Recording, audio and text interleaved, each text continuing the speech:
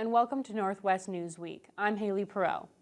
With just over a month to provide their say on whether they support a nuclear waste site nearby, residents of Ignace can now have a look at exactly what they'd be agreeing to. The municipality signed an agreement with Canada's Nuclear Waste Management Organization at a special council meeting Monday night, which could be worth as much as $170 million over the next 170 years. Ignace Mayor Kim Bagri and NWMO's President Lori Schwamy signed the potential host agreement. It details the terms each party would agree to if Ignace agrees to host the site and is selected. It also establishes a project framework for more than a century of expected activity. Council unanimously supported the agreement, which includes direct payments that could be paid to Ignace over the lifespan of the project if everything moves ahead. The township also anticipates billions in indirect economic impact from the construction of the $26 billion project. The people they're going to need at the, to build this, they're going to train our people. It is for our people. They're going to train for our people, whether it's Wabigoon people or people from Ignace. They're going to train the employees they need. That's the benefit. The role I think this agreement will play is really to demonstrate the commitment. This is the document that holds the NWMO and the township accountable for those commitments to each other going forward. The full 80-page agreement, as well as a summary, are available on the township's website, and there will be a chance to ask questions at an informational event on April 12th and 13th. Ignace residents have until April 30th to weigh in before council makes its decision. The agreement includes a $500,000 incentive for the municipality if they confirm the conclusion of the willingness process by June 30th.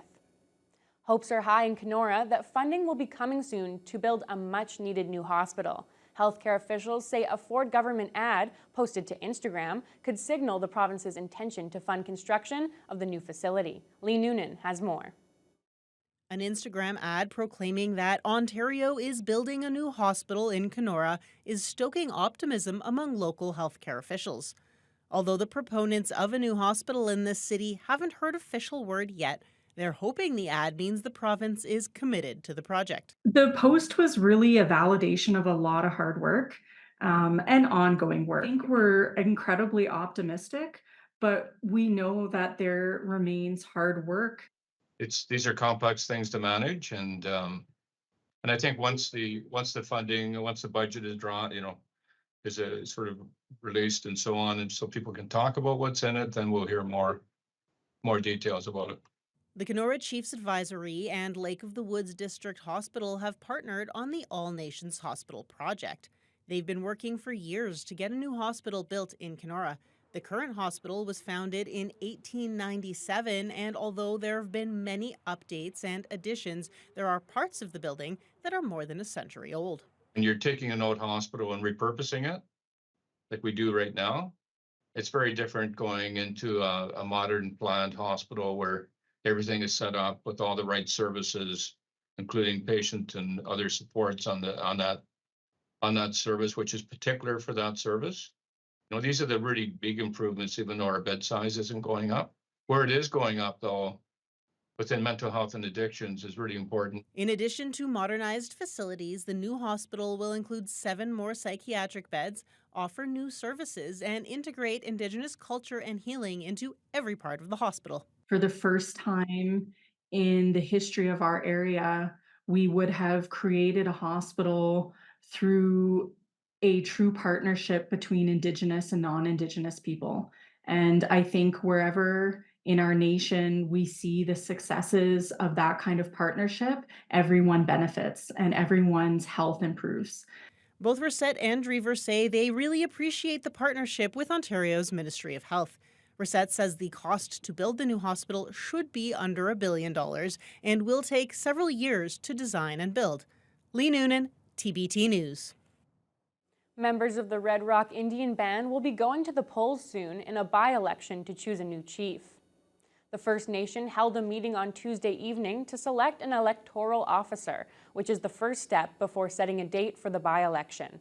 This comes after a February 7th vote to remove Chief Marcus Hardy, who was accused of misusing the band credit card. The results of the vote were initially disputed, but according to a statement from Red Rock Council and administration, the vote was ultimately chosen to have passed.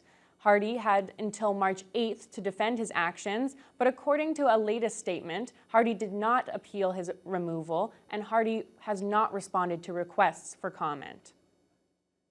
One person is dead following a single vehicle crash on Highway 71 north of Emo in the township of Chapel. Emergency services responded just before 1 o'clock Thursday afternoon.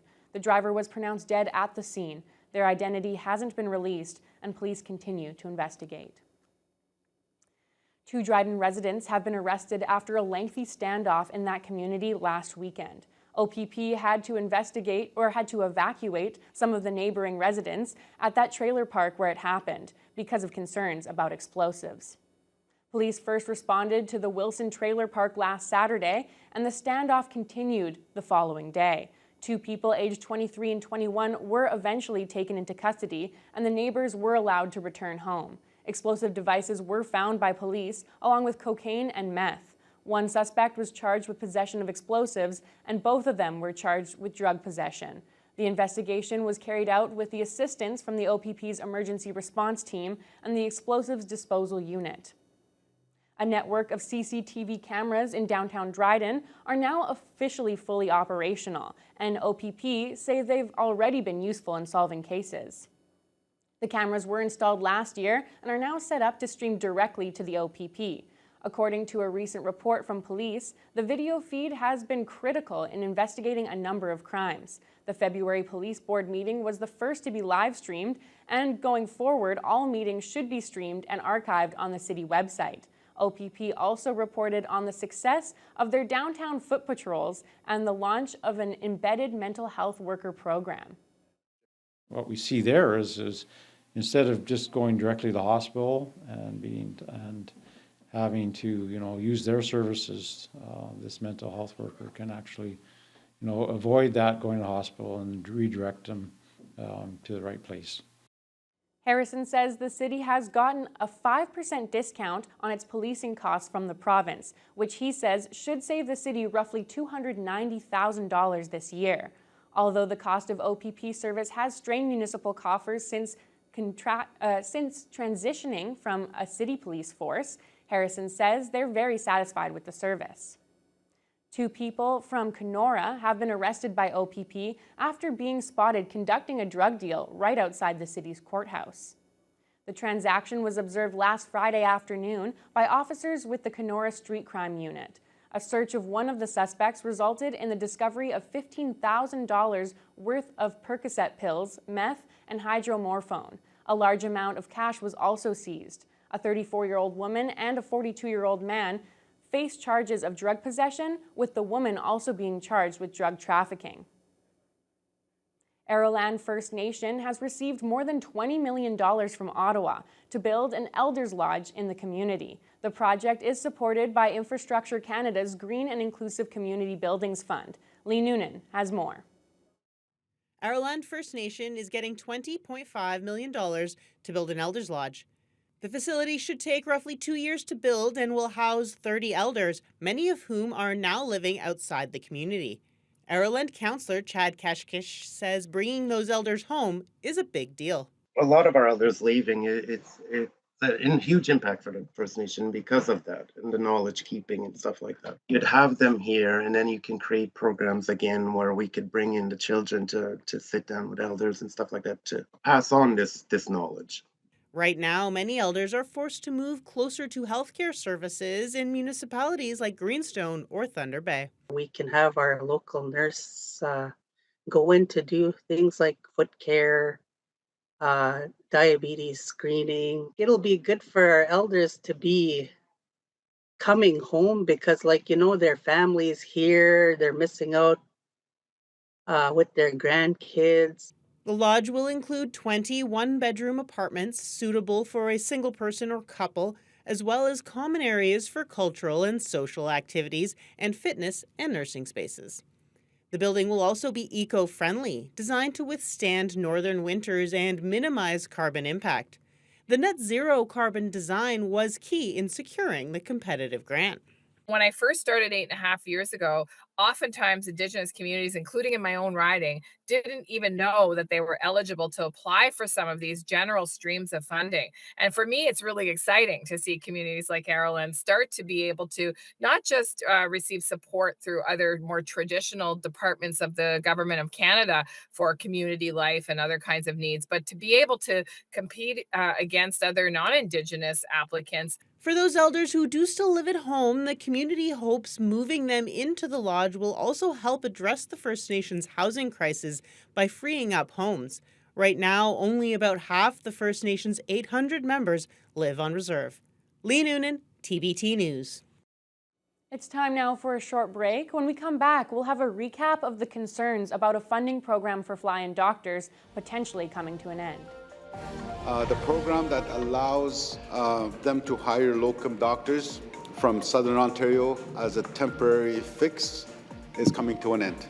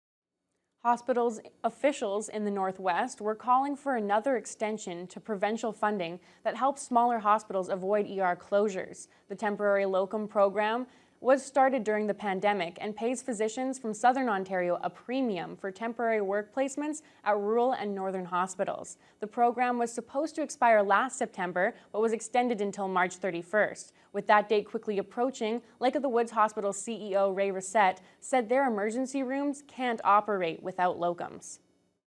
This is the only way we can stay open, and even what, like our physicians, even though they're about 50% short, they're still picking up at least 70% of the volume, but they just can't stretch farther and pick up the full 100. So we really need locums now.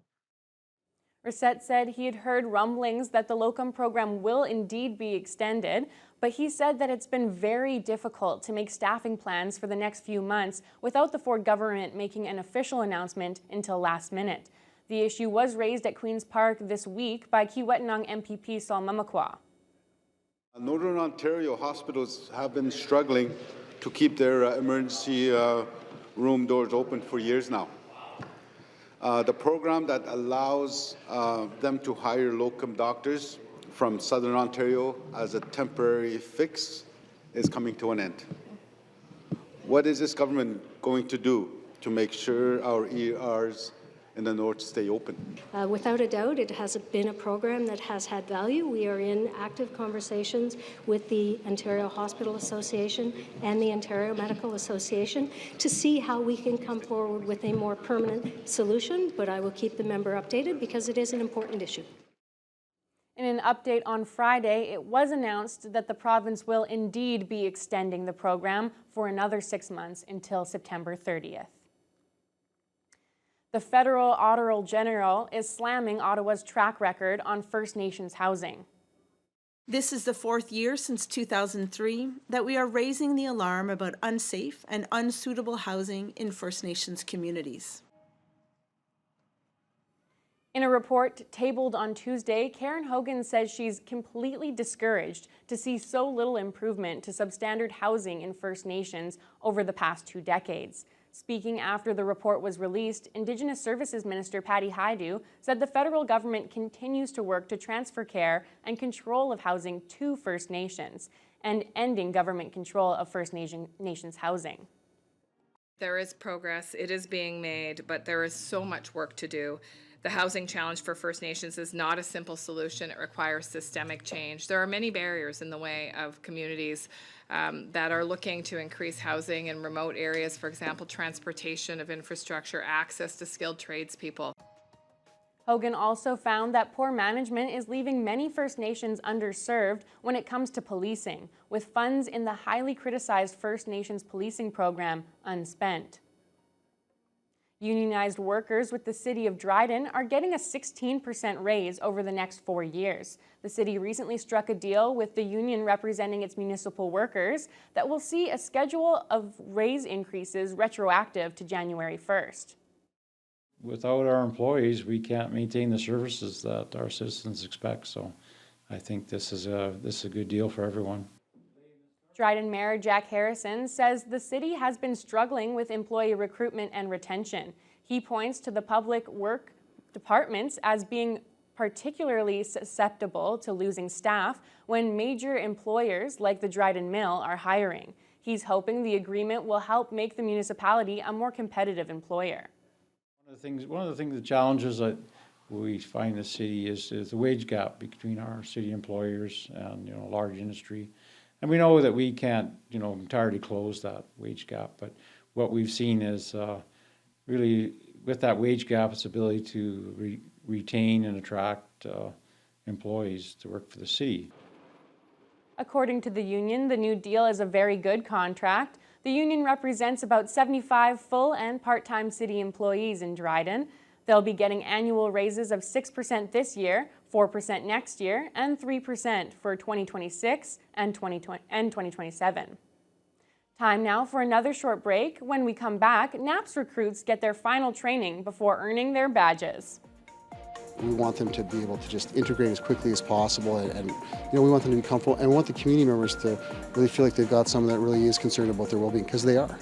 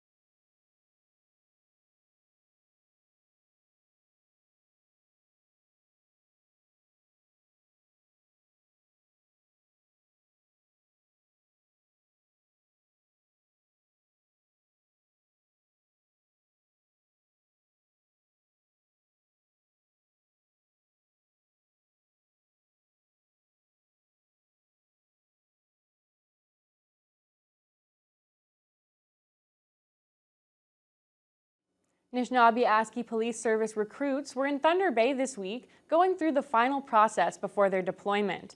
The Police Service Training Unit is preparing them for their eventual careers working in remote NAN communities. Josh Morano reports. A dozen recent graduates from the Ontario Police College are in the midst of a 3-week training program to begin their journeys as NAPS officers. These trainees are going through rigorous physical and mental modules before their formal swearing in and deployment. Thunder Bay Police Inspector Ryan Gibson has been seconded to NAPS to serve as a superintendent for the police service. He joined the training as a surprise visitor and shared some policing insight and tips for these new recruits. There's a lot of good that they do, and we expect a lot out of our officers just because they're working with smaller communities, and we want them to be able to just integrate as quickly as possible, and we want them to be comfortable, and we want the community members to really feel like they've got someone that really is concerned about their well-being, because they are. Taser, taser! Each recruit went through basic training at the police college, with some having previously worked in the field before deciding to join NAPS as a uniformed officer. While they say it's been incredibly hard work getting ready for when they're deployed in the field, they feel they're ready to get going and serve in one of the 34 communities policed by NAPS.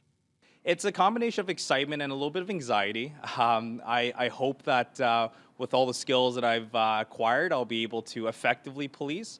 At the same time, I think it's going to be a lot of personal development for myself to build relations with the community I'm posted to build that bridge, to fill that gap between the community and law enforcement. It's actually like coming closer and closer, but I'm looking actually forward to it. Something I really wanted to actually for a while now. This is the first police service I always wanted. They serve my community, so hopefully get back there one of these days. With around a week and a half left of training, once these officers are deployed, they will spend another couple of days with a supervisor in their communities before setting out on their own. Josh Morano, TBT News. The city of Dryden is looking to breathe some life into a key downtown area by turning a parking lot into a park. The parking lot land was leased to the city by the Dryden Mill. Winnipeg-based landscape architect Cheryl Dixon presented her concept designs to council recently. The designs include a covered event space that could be used for skating in the winter, a marketplace, a playground, and a sacred fire area, and giant letters spelling out Powitagon, the Anishinaabe name for the area meaning place by the rapids. It's a very special place. And we'd like to turn that parking lot into an area that we can gather together and do events, have markets, really a gathering place for our city residences to enjoy year-round, provide just that opportunity to connect with folks and have maybe hopefully some special events there. There's no timeline yet as to when the plans might become a reality. Next steps for the municipality are to seek out funding sources to commission engineering and environmental studies and get a plan out to tender. Back-to-back championships are on the mind of a competitive angler from Kenora. Jeff Gustafson won the Bassmaster Classic in Tennessee last year, and he's looking to defend his title this weekend at the 2024 competition in Tulsa, Oklahoma. The Bassmaster Classic is considered to be the Super Bowl of bass fishing. 2023 was the first time a Canadian won the trophy, along with the $300,000 grand prize.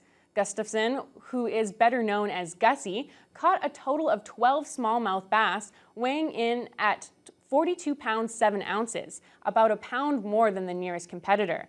Now he turns his attention to Grand Lake in Tulsa, where he's looking to go back-to-back.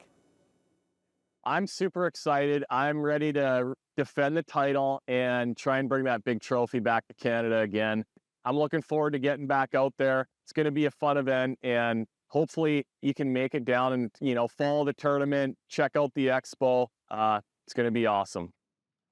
Gustafson has plenty of fans in Kenora and other parts of the region who will be cheering him on. The 3-day tournament was scheduled to wrap up on Sunday. New leadership is coming to the Lake of the Woods District Hospital in Kenora. The board recently announced that current CEO Ray Reset will be retiring in June, and the hospital's CFO will be stepping up, the first woman to serve as CEO in the hospital's 127-year history. Lee Noonan has more. Lake of the Woods District Hospital is getting a new CEO. but she's already a familiar face to many in Kenora. Born and raised in the city, chartered accountant Cheryl O'Flaherty has worked at the hospital for 20 years, in senior positions for 6. She'll be the first woman to take on the role of president and CEO.